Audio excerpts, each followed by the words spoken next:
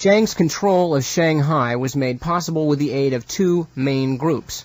Wealthy merchants and foreign capitalists supported the KMT with the understanding that there would be no reforms that threatened their interests. And Shanghai's major criminal groups strengthened their own hold on official power by enabling Chiang to destroy the city's Communist Party and labor movement in 1927. These Shanghai criminal organizations were dominated by two secret society groups called the Green and Red Circles, or gangs. Secret societies, whether political, social, or criminal, were traditionally an important force in Chinese society whenever central authority broke down. During the 19th century, the Red and Green gangs had drawn their membership from people involved in transporting grain and smuggling salt along the Grand Canal, China's primary north-south inland waterway. After 1911, these groups shifted their activities to the cities of central China, particularly to Shanghai. Shanghai had been an important Chinese center for the opium traffic since the 1840s, when Britain's victory in the Opium War opened the port to foreign trade and the establishment of foreign-controlled areas, or concessions, which by the 1930s included almost a third of the city's 3.5 million people. The city's tradition of involvement in opium and other vices that tended to accompany the Western presence in Asia was tailor-made for the Green and Red gangs. Both evolved into criminal organizations whose role in the narcotics trade and in the anti-communist movement suggest parallels with the roles of the Sicilian Mafia and Corsican syndicate groups in Europe. One of Shanghai's most influential citizens was Tu Yuesheng, narcotics overlord, anti-Japanese patriot, and leader of the Green Gang, who began his career in Shanghai's French settlement, a noted center of illicit activities where criminals were permitted to operate freely. Nip, we may want to spell some of these complicated Chinese names for people, because I know that probably if I was listening, I wouldn't necessarily be able to anticipate how that was spelled. Good point. The one we're talking about now, of course, the narcotics overlord and head of the Green Gang is Tu. That's the last name. In Chinese, of course, it's put first. T-U, Tu. And then his first name is Yuesheng, Y-U-E-H-S-H-E-N-G. Tu Yuesheng, narcotics overlord, anti-Japanese patriot, and leader of the Green Gang, who began his career in Shanghai's French settlement, a noted center of illicit activities where criminals were permitted to operate freely. In exchange for tax profits on vice, the French turned the administration of the settlement over to the gangs. Tu became the protege of a man known as Pockmarked Huang, H-U-A-N-G, who was the chief of detectives in the French concession and a major Green Gang leader. In addition to owning several opium dens, Huang served an important function as intermediary in negotiations and disputes between various groups in the foreign-controlled and Chinese settlements. Prior to 1918, Shanghai's opium traffic was based in the British concession, under the control of Chinese from the Swatow area of Kwangtung province. In 1918, the British concession cracked down on opium, depriving the Swatow group of its base and opening the traffic to takeover by the Green Gang, operating from the French concession. During the 1920s, Tu Yuesheng unified the competing gangster organizations involved in the drug traffic and extended his influence from the French settlement out to the more prosperous international settlement. Tu became one of the, quote, Big Three among the Shanghai gangsters, working with Pockmarked Huang and Chang Xiaolin, spelled C-H-A-N-G, and then the other name H-S-I-A-O-L-I-N. This unholy triumvirate controlled the city's underworld in early 1927, when Jiang's northern expedition forces approached. Now, this is Chiang Kai-shek they're talking about. When Jiang's northern expedition forces approached. In late February 1927, labor unions allied with the KMT, again, Chiang's political party, moved against warlord control and foreign economic domination and began a general strike, planning to welcome Chiang's armies to a liberated Shanghai. For his part, Chiang Kai-shek was actively courting the support of wealthy conservative and foreign businessmen. A strong united labor movement was a major impediment. Consequently, in late February, Chiang's forces delayed their advance toward the city, hoping that reprisals by the British-run International Settlement Police and the Chinese garrison commander would break the strike and destroy its leadership. Despite bloody reprisals, labor organizers ordered a second strike to begin March 21st, a massive display of workers' power that shut down the city once again in anticipation of the KMT's victorious advance. Although there was disturbing evidence that Chiang was beginning to conduct a violent purge of communists and suspected communists in the cities under his control, the communist leadership, with the encouragement of Comintern advisors, doggedly continued to support the alliance and with increasing difficulty ignored the ominous signs of KMT treachery. The strike caused considerable consternation in the Chinese and foreign business communities, and Chiang set about persuading these interests to support him, simultaneously avoiding a public declaration of outright hostility toward the communists.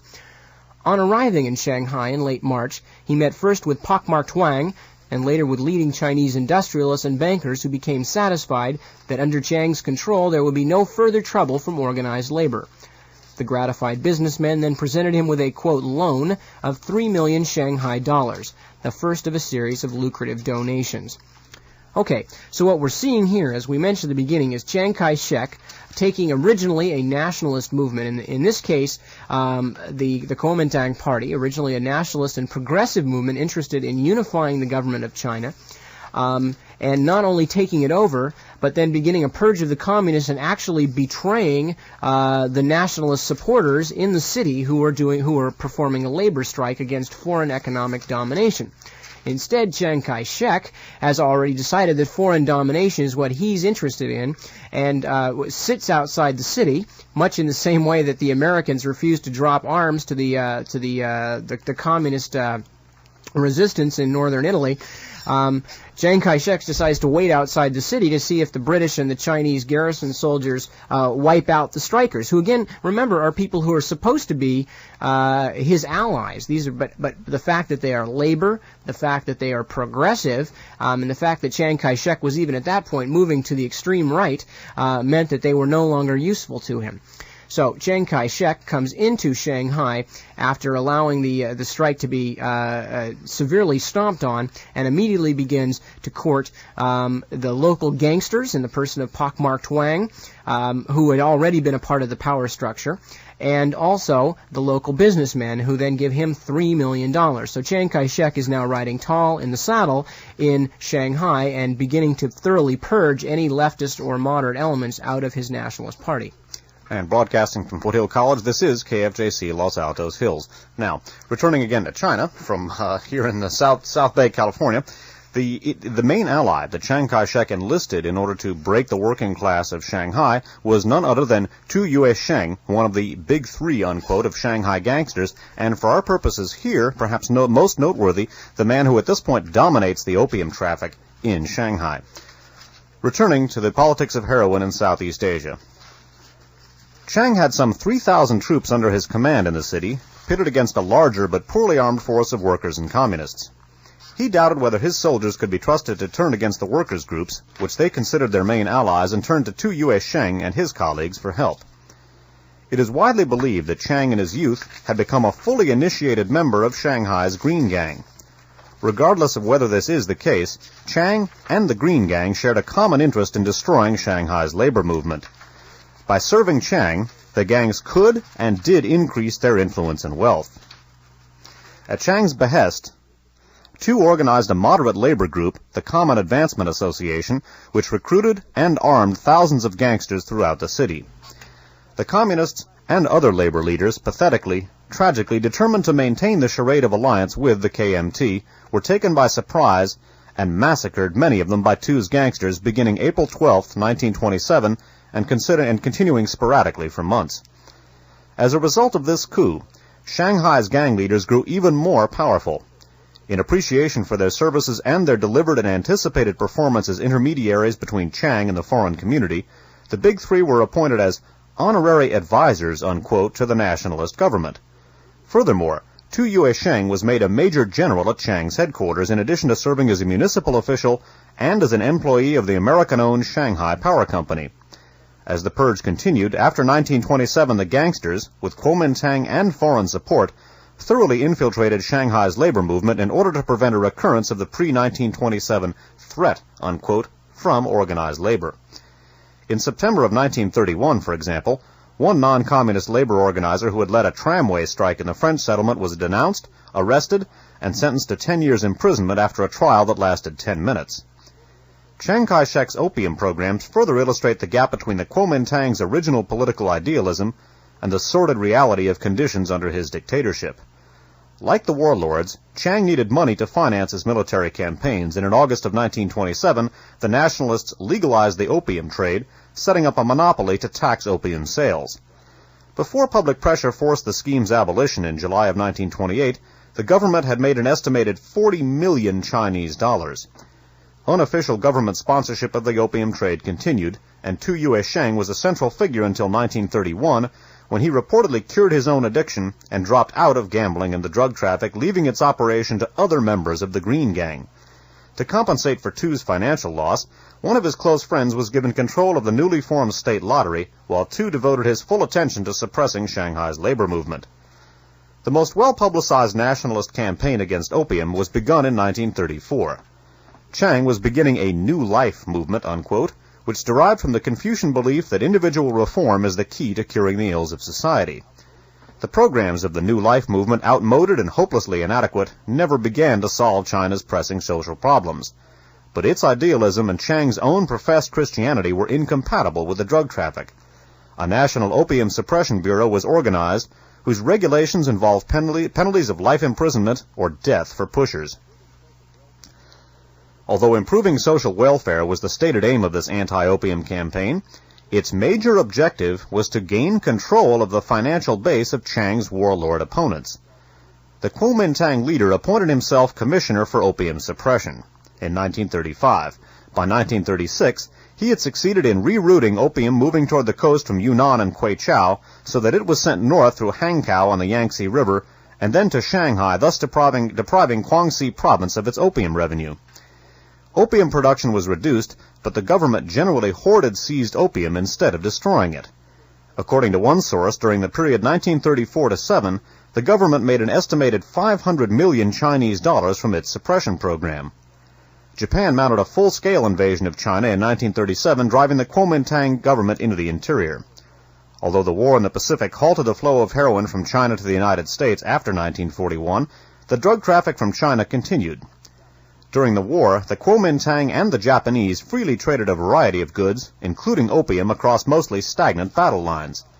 Japan played an official role in the narcotics business in occupied China. In Manchuria, the Japanese authorities used opium as a revenue source. In 1938, its sale accounted for 28% of general budget receipts. Nanking, under Japanese occupation, had an estimated 50,000 heroin addicts, and in Shanghai, about 1/6 of the $1.5 million spent every month on drugs was used to buy heroin. The Japanese invasion separated Chiang Kai-shek from his main source of financial support, but his government had a store of Sichuanese opium that had been confiscated during the suppression drive.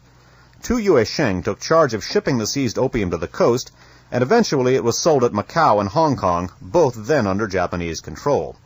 Some of the same stock was finally sold by Shanghai's official monopoly, which operated under Japanese protection. After Japan's defeat in 1945, Chiang's forces made a speedy return to Shanghai, acting with the support of the American government and the cooperation of the defeated Japanese in order to reaffirm Kuomintang control and forestall the communists. Once again, corruption and vice, including narcotics, flourished with the participation of China's nationalist officials. So let's take a look at what we've looked at here so far. We've taken a look, first of all, at how Tu Yue-sheng, a Shanghai gangster, came to monopolize the opium trade in Shanghai. We then took a look at how his aid was enlisted by Chiang Kai-shek, and the Green Gang, Tu Yue-sheng's criminal syndicate, was then used as a sort of, again, an anti-communist cadre by the Kuomintang in order to put down the Chinese workers in Shanghai. And it's worth noting also that even after Tu Yue-sheng himself got out of the opium traffic, he delegated the control of the opium trade to other members of the Green Gang, and at this point, the Green Gang under Tu Yue-sheng is basically functioning as an agent or as an arm of the Kuomintang National Security Establishment. It's also worth noting here, and this is a pattern we're going to be looking at much later in the series, and it's unfortunately a very common pattern of the very governments that are professing to control the opium trade, in fact, use the drug-controlled apparatus to maintain control of that traffic and to manipulate it for political ends. In this case, we've seen Chiang Kai-shek denying his warlord opponents the revenue from the opium trade, at the same time as that very opium trade is used to provide revenues for his own organization, and including, again, the Green Gang under Tu Yue Sheng. Now, this Green Gang is very, very important because the Green Gang, like a lot of other criminal syndicates we've looked at, eventually came to work for U.S. intelligence. I'm going to read a very short segment now, but we'll be reading more later on from a wonderful book called The Great Heroin Coup, which we've used quite a bit on our broadcasts. We'll be using this book a lot in other broadcasts in this series. Indeed. It's a wonderful work. We were just talking to one of the KFJC people here tonight about it. Also a book that is not currently in print, I don't believe, but one that if you can track it down in a library, or if you especially find a used copy somewhere, or you want to contact perhaps Tom Davis or somebody like that for a copy, it would be more than worth your time to do it. The book is again titled The Great Heroin Coup, Drugs, Intelligence, and International Fascism. Copyright 1980, the author Heinrich Kruger, and the book was originally published by South End Press in Boston. Okay. Well, by the way, we're going to be reading here. The book has an excellent foreword by Peter Dale Scott, one of the top political researchers in this country and a professor at the University of California at Berkeley. He wrote an excellent foreword to this book, and it's from this foreword that we're going to be quoting right now. Indeed. Okay, small segment here. The U.S. government's narcotics mafia connection goes back, as is well known, to World War II. Two controversial joint operations between OSS, Office of Strategic Services, and ONI, U.S. Naval Intelligence, established contacts via Lucky Luciano with the Sicilian Mafia, and via Tai Li, who we will be talking about more in the broadcast, with the dope-dealing Green Gang of Tu Yue Sheng in Shanghai. Both connections were extended into the post-war period as the Luciano and KMT networks slowly resumed their pre-war contacts. So what we're going to be looking at now, as is mentioned briefly in Peter Dale Scott's foreword, is not only the fact of Chiang Kai-shek and his collusion with Tu Yue Sheng's Shanghai dope syndicate, the Green Gang, but in fact the direct connections of the U.S. government through Chiang Kai-shek and through Tai Li, who we're going to be talking about during the broadcast, right into that same milieu in just the same way that we became involved in heroin traffic in Sicily and in Marseille. Although it should be noted that the involvement of U.S. intelligence with the narcotics traffic in the cases of Sicily and Marseille, and so far also in China, is indirect. In other words, the support given to these organized crime syndicates enabled them to become prime players, because later on we're going to be dealing with U.S. intelligence involvement directly to this in point. The traffic. Good, well said. To this point, it's a purely political maneuver on the part of the American intelligence and military establishments, but as we shall see, it's very hard to plant those kinds of seeds without reaping the kinds of plants that grow out of them. Indeed, and those plants have indeed been reaped. And again, at this point, the political influence creates the political circumstances leading to the resurgence with a vengeance of the international heroin traffic, and eventually we'll look at direct U.S. participation of U.S. intelligence services in that traffic. Now remember, the Green Gang under Tu Yue Sheng are being used as, in essence, a branch of the Kuomintang National Security Establishment, an anti-communist cadre in much the same fashion as the OSS and CIA used the Sicilian Mafia and Union Chorus in the examples we looked at earlier. Once again, U.S. intelligence was to form an alliance with the Green Gang, this time through a fellow named Tai Li, who was over Tu Yue Sheng in the Kuomintang National Security Establishment. We're going to be reading now about the alliance between the Green Gang, Tai Li, Tu Yue Sheng, and U.S. intelligence from a book called OSS, subtitled A Secret History of America's First Central Intelligence Agency, authored by R. Harris Smith, and it was published in hardcover by the University of California Press, Berkeley, 1972. So, again, R. Harris Smith, OSS, about the alliance between U.S. intelligence, Tai Li, Tu Yue Sheng, and the Green Gang. Algan Lucy, L-U-S-E-Y, a former United Press correspondent in Shanghai, was a second Donovan agent at the Chinese capital. William Donovan was the head of OSS, the Office of Strategic Services, America's wartime intelligence service. Beginning again, Algan Lucy, a former United Press correspondent in Shanghai, was a second Donovan agent at the Chinese capital. He had first been hired as a propaganda specialist by the Sherwood branch of COL.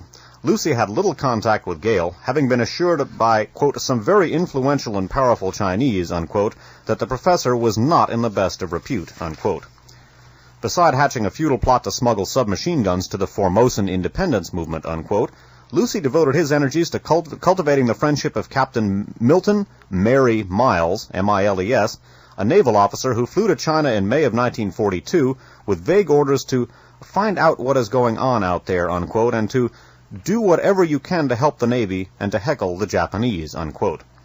What most interested Lucy was that Miles, an experienced veteran of the U.S. Asiatic Squadron, had developed close ties to a mysterious Chinese general named Tai Li, that's T-A-I, and then L-I.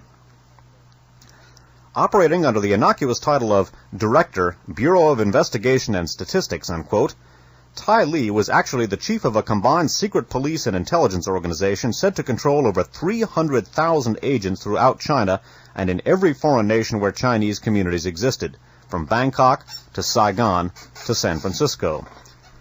The short, stocky Chinese was a shadowy figure who had achieved legendary stature. There were whispered tales of his miraculous escapes from countless Japanese assassination attempts. It was rumored that he had acquired great wealth through his control of the opium trade, that he supervised concentration camps for critics of the Chiang government, that he had no qualms about ensuring thought control through political executions. General Tai, according to one OSS report, was, quote, not the Admiral Canaris of China, but the Heinrich Himmler.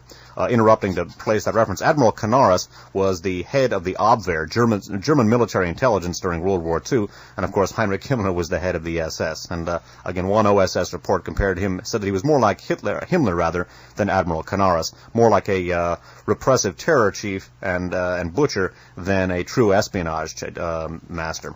Continuing. Tai Li was also the, quote, completely trusted subordinate and guardian of the Generalissimo, subject only to the Generalissimo's orders, unquote.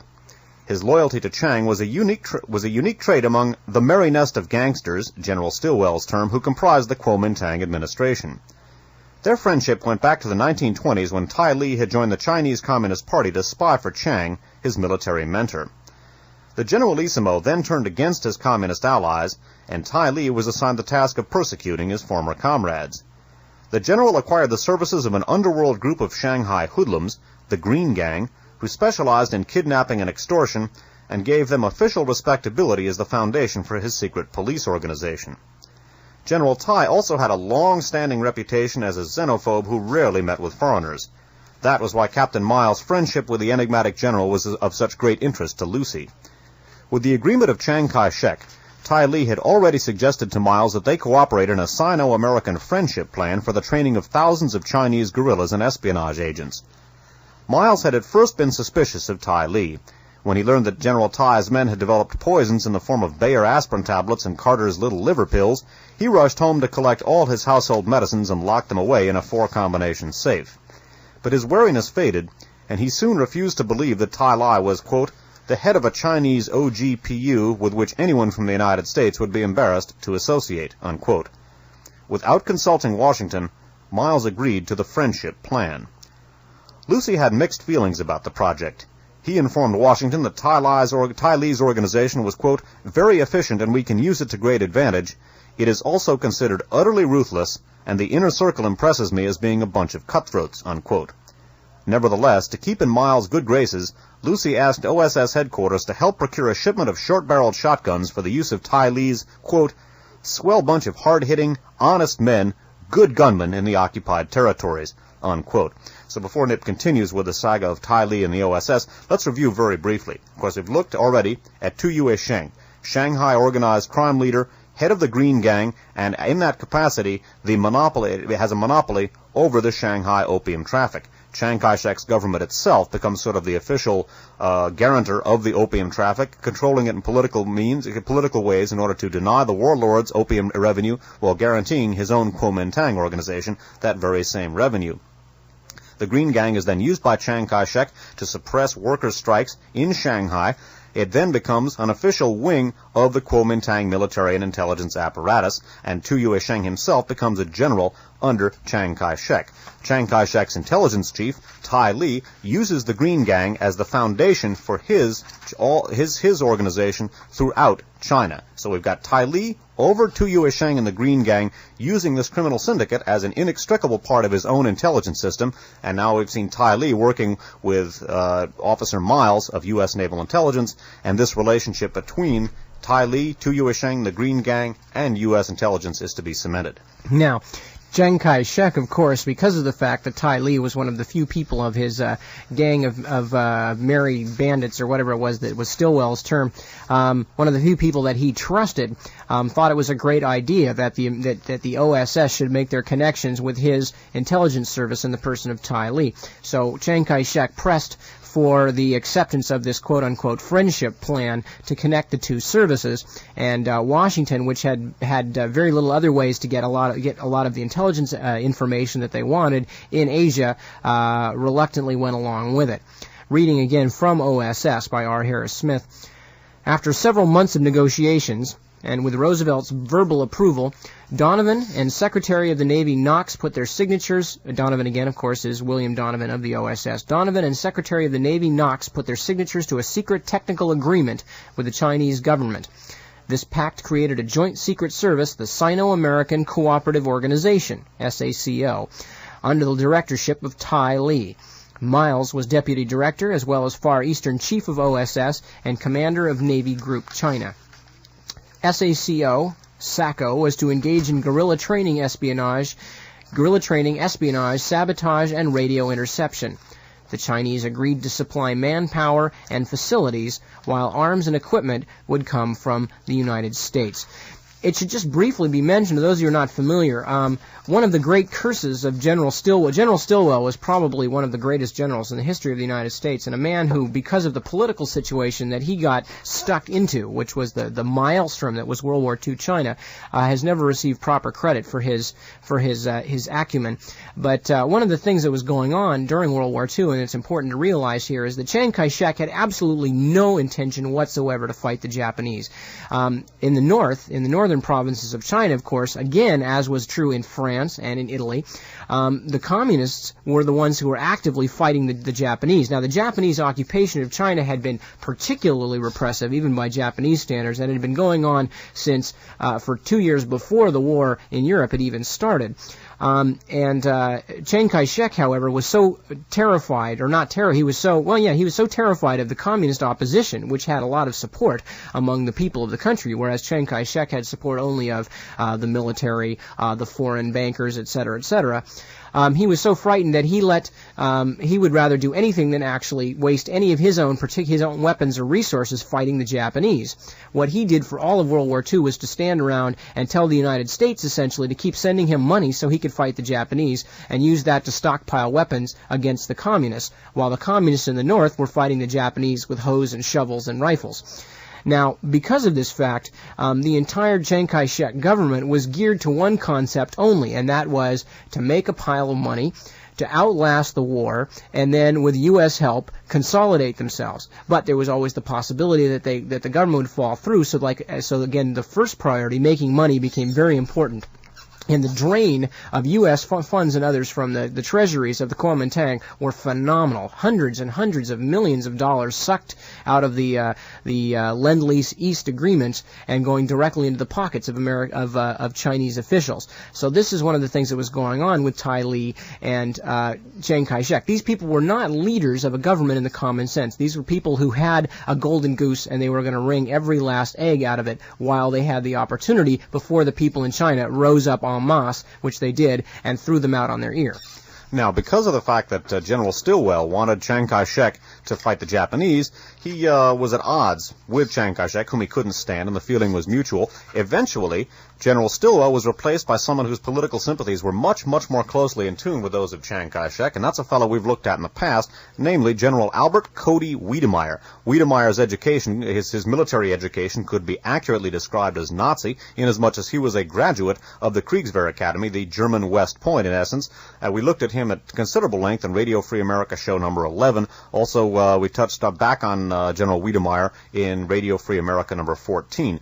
But Wiedemeyer himself had an extraordinary number of fascist connections. He rented his apartment from Gerhard Rossbach, a leader of the stormtroopers who later went to work for the CIA. He was a close friend of Ludwig Beck, chief of the German General Staff, and in fact in his own his own autobiography, Wiedemeyer reports, Wiedemeyer comments that he was even known around the Kriegswehr Academy for for being an enthusiastic Sieg Heiler.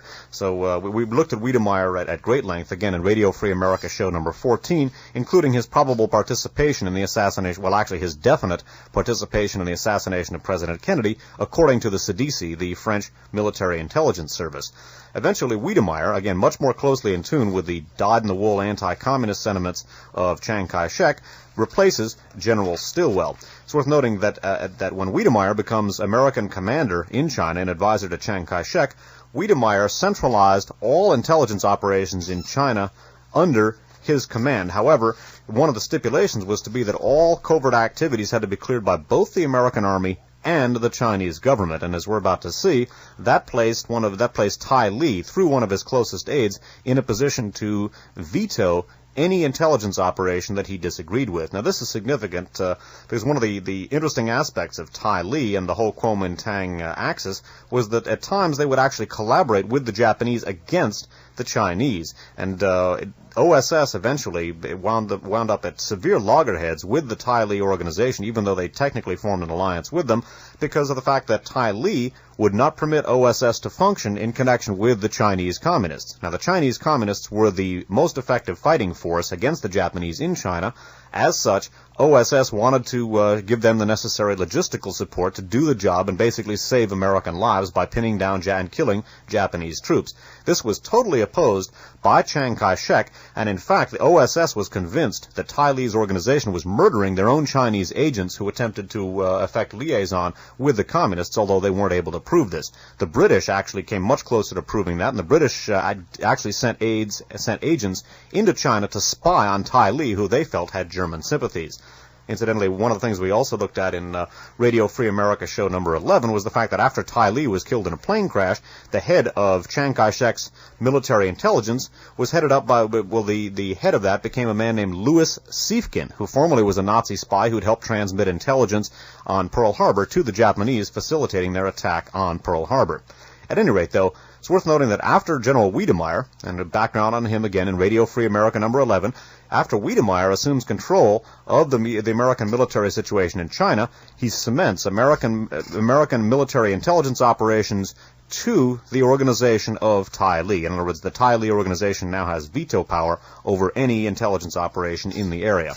And one last thing, just to remind you, the foundation of the Tai Li organization is the heroin-dealing Green Gang. Right. Again, Tai Li is the person over Tu Yuesheng in the Green Gang, although the Green Gang represents the core of Tai Li's organization.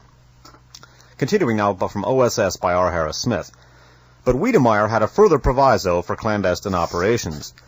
He centralized all planning for secret services at his headquarters and insisted that future covert activities be cleared, unquote, by both the American Army and the Chinese government.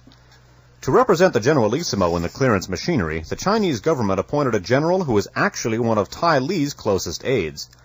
OSS thus met with official Chinese objections whenever an operation requiring communist cooperation was proposed. In February of 1945, a contingent of Jedburghs, by the way, those were commandos who'd worked behind the lines in Europe, a contingent of Jedburghs was flown to China for commando operations. Upon their departure from the United States, they were told that they would be working with communist guerrillas, as many of them had done in France. But the Jeds never reached North China. Neither did an OSS team organized to direct and actually operate an entire military communications network for the communists. The unit, commanded by Frank Farrell, a New York newspaper editor in Marine uniform, waited impatiently at OSS headquarters in Kunming throughout the spring of 1945. The central government refused to sanction the mission.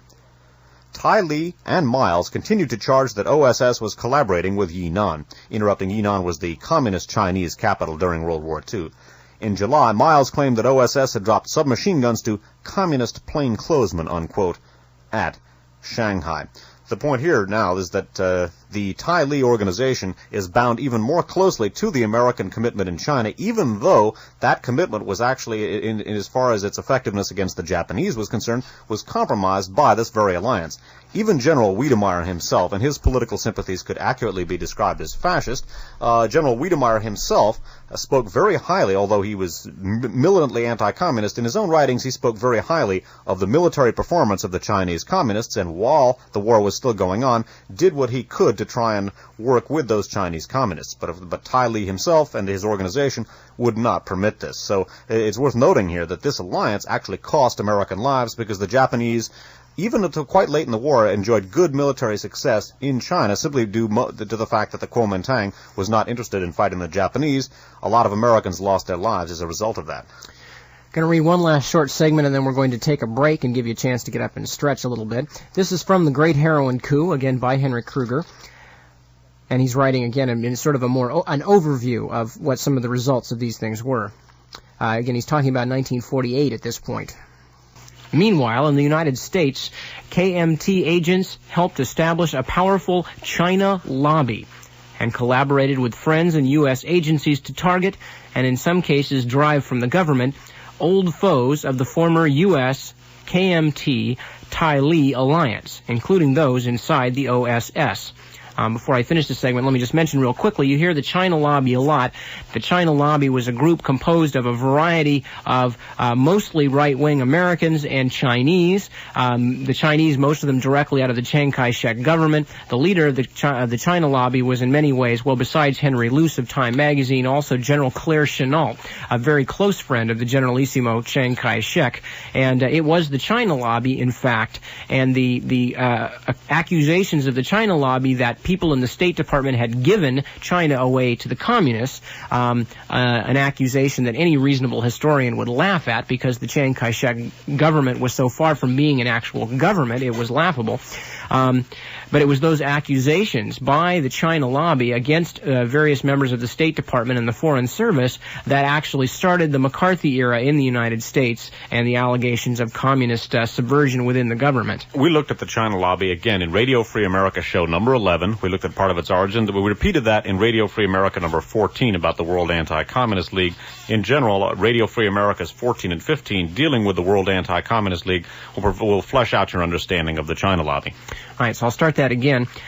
Meanwhile, in the United States, meanwhile 1948, KMT agents helped establish a powerful China lobby and collaborated with friends and U.S. agencies to target and in some cases drive from government old foes of the former U.S. KMT Tai Li alliance, including those inside the OSS. Okay, so the China lobby is getting together to drive the people opposed to the drug smugglers out of office. A scholarly book in 1960 noted that, quote, the narcotics business has been a factor in some activities and permutations of the China lobby, unquote, thus challenging the official Narcotics Bureau myth that KMT dope in this country was, quote, communist Chinese, unquote. So again, what we see in this case, not only the combining of the reactionary or the right wing or the extreme conservative factions in political circles with the intelligence, and in many cases the actual dope runners and warlords, to chase from government or slander people who are opposed to these kinds of policies. But on top of that, we see again that, as Adolf Hitler once put it, that impudent reversal of truth in which the pot calls the kettle black. And that is exactly what was going on with the China lobby and their allegations of communist Chinese dope flooding the American mainland. We're going to be taking a musical break now. When we come back, we're going to look at an expansion or a further development of the cooperation between the dope-dealing Kuomintang and U.S. intelligence, and we're going to look at the role of the CIA and the Kuomintang in setting up the so-called Golden Triangle, which, after the poppy fields in Turkey began to decline due to pressure from some of the Western nations, the Golden Triangle became the primary heroin production area in the entire world for a long time, supplied the U.S. market. The rise of the Golden Triangle was inextricably linked with the Kuomintang and its support from the CIA, and we're going to look at that when we come back. And we will be coming back, but first we're going to take a short break. Stick with us, get up, stretch a little bit, and we'll be back in a few minutes with more of Radio Free America right here on KFJC. Radio Free America broadcast of, well, it's actually about the 24th Radio Free America, but it's the first broadcast specifically devoted to drugs and the American intelligence establishment. Although, as we have seen so far already, the American intelligence establishment includes large other factors in the American political establishment, including the military and other branches of the legislative and executive branches, and also it includes many foreign intelligence branches, which we're going to be getting into as well. What we've just been talking about at some length is a particular foreign intelligence service, the notorious Kuomintang intelligence service under General Tai Li. And as to put it in a nutshell, we've been talking about the fact that Tai Li, in putting together his intelligence force for Chiang Kai-shek in China, co-opted the entire Green Gang, which was a gang of terrorists, kidnappers, thieves, and most specifically important for our purpose, drug dealers, and took it over and then linked his organization up with American intelligence. Okay, now the cooperation between the CIA and Kuomintang elements, and recall that Kuomintang inextricably linked with dope-dealing syndicates which it used as an anti-communist cadre in much the same way that the OSS and CIA used the mafia and the Union Corps. The link-up between U.S. intelligence and the Kuomintang, inextricably involved in the dope traffic, as we're going to see now. This pattern has continued to operate historically, and was to result in the development of the so-called Golden Triangle area of Southeast Asia as a primary heroin or opium-growing center. The Golden Triangle generally refers to an area of Laos, Thailand, and Burma, which came to the forefront of the narcotics trafficking during the Vietnam War. And the traffic in Southeast Asia is what we're going to be looking at right now, and the CIA-Kuomintang cooperation in promoting it is front and center. Returning once again to the politics of heroin in Southeast Asia by Alfred McCoy. While the work of French clandestine services in Indochina enabled the opium trade to survive a government repression campaign, some CIA activities in Burma helped transform the Shan states from a relatively minor poppy cultivating area into the largest opium-growing region in the world. The precipitous collapse of the nationalist Chinese Kuomintang or KMT government in 1949 convinced the Truman administration that it had to stem, quote, the southward flow of communism, unquote, into Southeast Asia. In 1950, the Defense Department extended military aid to the French in Indochina. In that same year, the CIA began regrouping those remnants of the defeated Kuomintang army in the Burmese Shan states for a projected invasion of southern China. Although the Kuomintang army was to fail in its military operations, it succeeded in monopolizing and expanding the Shan state's opium trade. The Kuomintang shipped bountiful harvests to northern Thailand, where they were sold to General Phao Siriananda of the Thai police, a CIA client. The CIA had promoted the Phao-Kuomintang partnership in order to provide a secure rear area for the Kuomintang, but this alliance soon became a critical factor in the growth of Southeast Asia's narcotics traffic. With CIA support, the Kuomintang remained in Burma until 1961, when a Burmese army offensive drove them into Laos and Thailand. By this time, however, the Kuomintang had already used their control over the tribal populations to expand Shan state opium production by almost 1,000%, from less than 40 tons after World War II to an estimated 300 to 400 tons by 1962. From bases in northern Thailand, the Kuomintang have continued to send huge mule caravans into the Shan states to bring out the opium harvest.